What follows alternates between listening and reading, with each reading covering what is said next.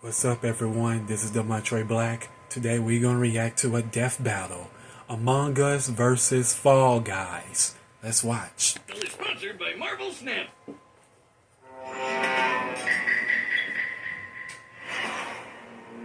The year was 2020. The long wait as we all experienced the most viral sensation in recent years. It was Among Us. Nah, Fall Guys was the biggest news that year. He's Wiz and I'm Boomstick. And it's our job to analyze their weapons, armor, and skills to find out who would win a death battle.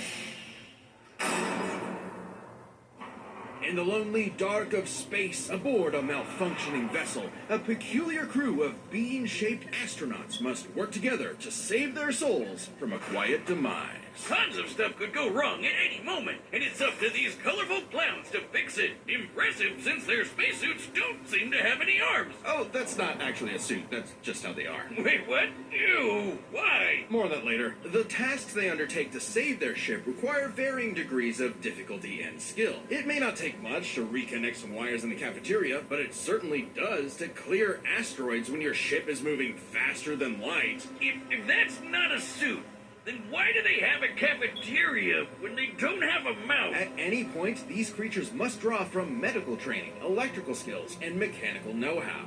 Okay, but it's total chaos, so teamwork is key. They gotta spread out and trust that while they're all swiping cards, they have each other's backs, right? Well, success is always uncertain, as though fate has placed some external force that stands between this species and their survival. There's an imposter among them! I mean, among us! But not us, though, right, Wiz?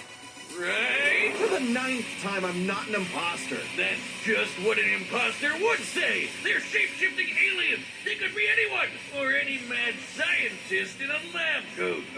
The imposter threatens the pack and pushes them towards extinction by any means necessary. Anything from damaging lights to wrecking the ship's reactor. Which can be tricky to fix in time, even though imposters are naturally skilled at crawling through the vents. The crewmates need special engineer training to do the same, so not all of them can McLean it up. All while the imposters conceal their motivations and infiltrate the herd. The others always know something isn't right, and the imposters use that paranoia to motivate their prey into ejecting each other into space.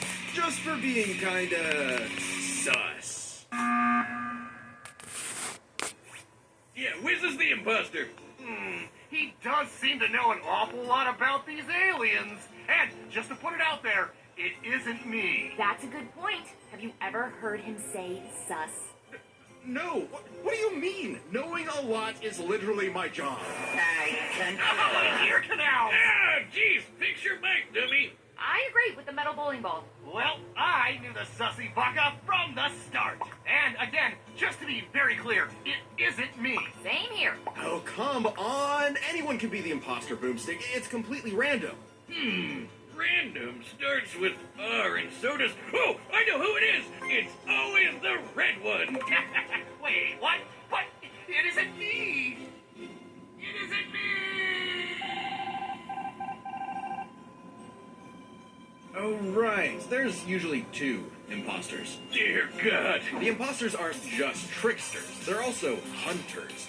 Bloodhounds tracking and assassinating crewmates when they least expect it. They'll snap their necks, stab them with a knife, shoot them with a desert eagle, or use their frickin' tongues to impale their faces! Oh, God! Right through the visor! They may look like they're wearing spacesuits, but that's not a visor. That is their actual face. Examining their cross-section reveals their insides always match the color of their bodies, and that they are comprised of exactly one large bone, which must mean their ability to walk is entirely muscle-based. Their whole anatomy is one unsolvable mystery. Ew! They've got human toes, buff arms for no reason, and can stretch like Mr. Fantastic? What are these freaky things? No one knows. They don't even exist within the same realm of mortality as you or I. Even if one of them is killed or ejected into the lifeless void of space, they return as a ghost, invisible, incorporeal, unable to communicate with the living, but nonetheless still among us. Even beyond death, they can plot the demise of other crew. Or become guardian angels for the living by literally shielding them. That's gotta be one tough shield, because remember that Desert Eagle they holster? Apparently, that thing also fires a laser that can rip apart whole planets. Good God! To split this planet apart like that would need over 10 non-million tons of TNT. A number so incomprehensible you'd have to multiply 1 billion by 1 billion. Twice. More than enough to annihilate Earth over 160 million times. Which seems like overkill for the, space vampires they were fighting. Right, the crew has crossed over with a variety of other universes. Fortnite, Vampire Survivors, Space Warlord Organ Trading Simulator, the classics. Including this Henry Stickmin guy. Apparently, he's a kleptomaniac with a surprisingly wide and wacky arsenal all the crew can have. Desert Eagle-eyed crewmates will find Henry's weapons throughout the ship, like a banana bomb, a teleporter, a ninja star, and a magic pencil that can bring drawings to life. These creepy Teletubbies can sketch whatever they want into existence, and they're suddenly everywhere I look now. Where's these little trash can people are freaking me out? In a strange way, all of this makes sense for this fascinating species. In the face of insurmountable odds, something inside tells them to band together no matter what, to use all the tools available, and try to survive again and again. On a ship, on strange planets, anywhere they may be, in spite of anything that may be going on in the world. They either fix what's broken or face certain doom. But no matter what, they do it together. Among us, together! Yeah! Woo! Hey y'all, this is Chad. If you don't know, I voice Boomstick. Here at 1 p.m. Central today, Sam and I are going to be playing some Fall Guys and maybe some Among Us live here on the Death Battle channel and on Twitch. Hang out, have some fun, and who knows, if you guys enjoy it, maybe we'll do some more gameplay streams in the future. Hope to see you there. Thanks. Welcome to the bright, colorful world of the Blunder Dome! Natural habitat to these lovable little beings known as the Fall Guys, who race each other through fun playgrounds with nothing but clear skies above. These lively obstacle courses showcase their inherent skills and abilities. As if drawn by natural instinct, they hurdle over barriers together and pass through various tests of strength, agility, and mental fortitude. And it's pretty impressive considering how elaborate these bounce house courses get. How do these weebles wobble through it? With a shocking level of innate hardcore mastery that otherwise hasn't been seen since 2006. But honestly, not many of the beans make it, and only one can be crowned the winner before everything starts all over again. Which makes for some very friendly competition, like survival of the fittest, but for a bunch of candy grimaces. They'll grab, shove, and slam into each other to make it out on top, or even roll up into a ball and launch across the course. Self-preservation be damned. And over time, the beans have evolved to higher levels of, let's call it imagination. The engineer, Digi, invented the creative device so the beans could start making and designing new obstacles and challenges for themselves, as well as additional tools like wrecking balls, wind-up boxes for punching foes, and even translators that make their nonsensical language intelligible. But even at their best, they're still just flinging themselves over these obstacles like a bunch of drunken lemmings. This species seems to have a biological urge to navigate these courses for one singular purpose. Get that crown. I mean, if I could be king for a day, I'd push you off a cliff right now. Very funny. Get away from me. Things in the Blunder Dome can get wild. We've seen these goobers get smacked by giant mallets and fall into actual hot lava, but they always pop back up at the qualification stage later, completely unharmed. Somehow. These remarkable creatures have demonstrated some dumbfounding durability, such as getting struck by meteors. That's a hit anywhere from 18 tons of TNT to 15 kilotons. But they still get right back up to Rube Goldberg themselves straight through another obstacle course. On top of that, they were hit with the Big Bang and came out the other side completely fine. Wait, what? Did I just say the Big Bang? Why do we even mention the meteor? Who cares? Their suits are basically indestructible. Boomstick, I hate to tell you this. No. Those aren't really... Don't say it! Those aren't actually suits. That's their skin. Oh, man. People were getting getting weird back in 2020. Didn't they have better things to do? With only arms, legs, and eyes, there must be some genetic mechanism inside the beings that causes them to be self-sustaining. Though after some dissection, it's unclear. This is an official image, by the way. I don't know what's more upsetting, that skeleton or the fact that these jelly beans are 6 friggin' feet tall. Imagine bumping into this thing in a dark alleyway. No, thank you. So, this means when you start the game, you're just flat out naked? Just swing it away! Beans in the wind! Strange such nakedness would be allowed, considering what's actually happening is the Fall Guys are contestants in a non-stop 24/7 game show, the Ultimate Knockouts. Yeah, that's what's actually happening here. So what might be misconstrued as some sort of migration cycle is really a brutal, never-ending gauntlet that takes advantage of their tunnel vision. Oh, it's like the Truman Show mixed with Wipeout and Naked and Afraid. What happened to them being just colorful cartoon beans? And they survive to keep playing the game no matter what. The game makers have said that when the beans fall to their death, they feel a moment of displacement, serenity, Zen-like detachment from all worldly and physical bonds. Then they pop back onto the podium to celebrate their achievements. That's an official quote. They've also said they're strong enough to rip someone in half and can stretch their bodies so far they pass beyond the observable universe. Oh, God, the Twitter feeds. Oh, yeah! January 18th, 2022, 9:14 a.m. The Fall Guy stretched so far, he exited the universe as we know it. And then he kept going. Speaking of universes, the Fall Guys have seen dozens of guest stars from other stories and have learned from their cultures. Like flying around in the TARDIS of Doctor Who fame, wielding He-Man's power sword, launching Ryu's iconic Hadouken, or even just becoming Pac-Man. They just become Pac-Man. They're Pac-Man now. Wiz, I know we've seen some crazy things on the show, but these 6 feet tall jelly bean monsters eat food through their feet. What are we about to run upon the world? Is this cute and colorful reality an endless void of darkness and despair? Revelations of disturbances too catastrophic for the human mind to process? A vicious cycle on this blue marble surrounded by mouthless, dead-eyed beings. Pretty much. Ah, cool, let's see them fight. Wiz, you gotta play that mobile game with all the superheroes and the cool art. Oh, are you talking about Marvel Snap? Yeah, that one. The card collecting game. It's more than that. Marvel Snap is a fast-paced dueling card game. Like, really fast. Both the cards and the locations you play them in have unique abilities that change the course of a match, making it a real head-to-head battle. And it's easy and quick to get into. I was kind of worried I'd have to spend too much time learning different cards and rules, but no, it's actually really intuitive. And look at that 3D art! So cool! There's hundreds of cards and thousands of art variants, and they add new cards each week. Plus, they just opened something all new, the Vault, with all kinds of exclusive goodies. Sure, but hang on. This guy I'm playing against right now is really tough. That's because it's me, loser! Oh, shucks.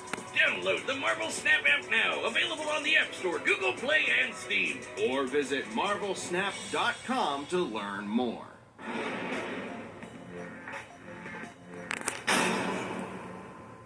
All right, the combatants are set. We've run the data through all possibilities. It's time for a death battle!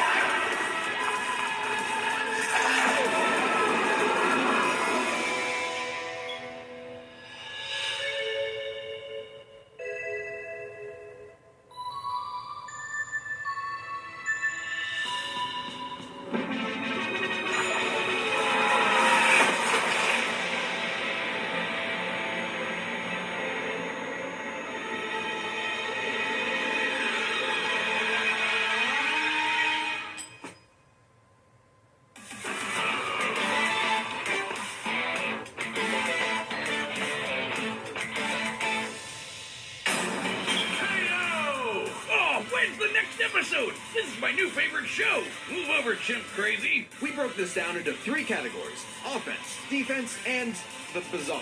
Let's start with offense. I mean, the bogus Among Us could blow up planets, not to mention moving faster than light to hit all those planets in one shot. It's kinda out there, but no Fall Guy has ever done anything like that. The crewmates clearly get the edge in offense. Though that impressive power matters less when we look at defense. It's crazy how much damage the Fall Guys can walk off. They survived anything their course threw at them, took hits from meteors, and most importantly, survived the Big Bang. You know, the explosion that blew the whole frickin' universe into existence. Easy edge for the bumbling beans. We can even go a step further. Both of these creatures have demonstrated various forms of invulnerability and death negation, like how the Fall Guys could always pop back up for another round, or how the crewmates became ghosts when they died. However, only the Fall Guys had a viable counter. Only the Fall Guys could ensure that their foe stays dead. Pac-Man, they can become Pac-Man, who, you know, eats ghosts. Brilliant. Which leads us to the truly bizarre stuff about both of these beanie freaks. They could both stretch their bodies to absurd lengths, but only the Fall Guys stretch beyond the observable universe in a matter of minutes. In fact, if we take these posting times literally, that would mean the Fall Guys can stretch at speeds over a quadrillion times faster than light. I don't know, Wiz. That feels like a bit of a stretch. Wink. The crewmates did have plenty of answers to the Fall Guys' hijinks, like a magic pencil sword to fight off He-Man's power sword, or how they could potentially hack Digi's creations. But the overwhelming amount of stuff that the Fall Guys have access to just dwarfs the Among Us crew's arsenal. I mean, Hadoukens, TARDIS, just the tip of the iceberg. Yeah, the spaceship crew had a few deadlier weapons among them, but the Fallen Guys had too many options that could not be countered. The crewmates may have been cunning and dangerous, but the one-track-minded Fall Guys just wouldn't go down, making sure the losers of this fight were no longer Among Us. Oh no, we never found the second imposter! Ah, damn it, I knew that stupid robot was sus! Sigh, so embarrassing. The winner is the Fall Guys. And me. Next time! If you like the death battle, give a thumbs up and I will see you on my next reaction. This has been the Montroy Black. Peace.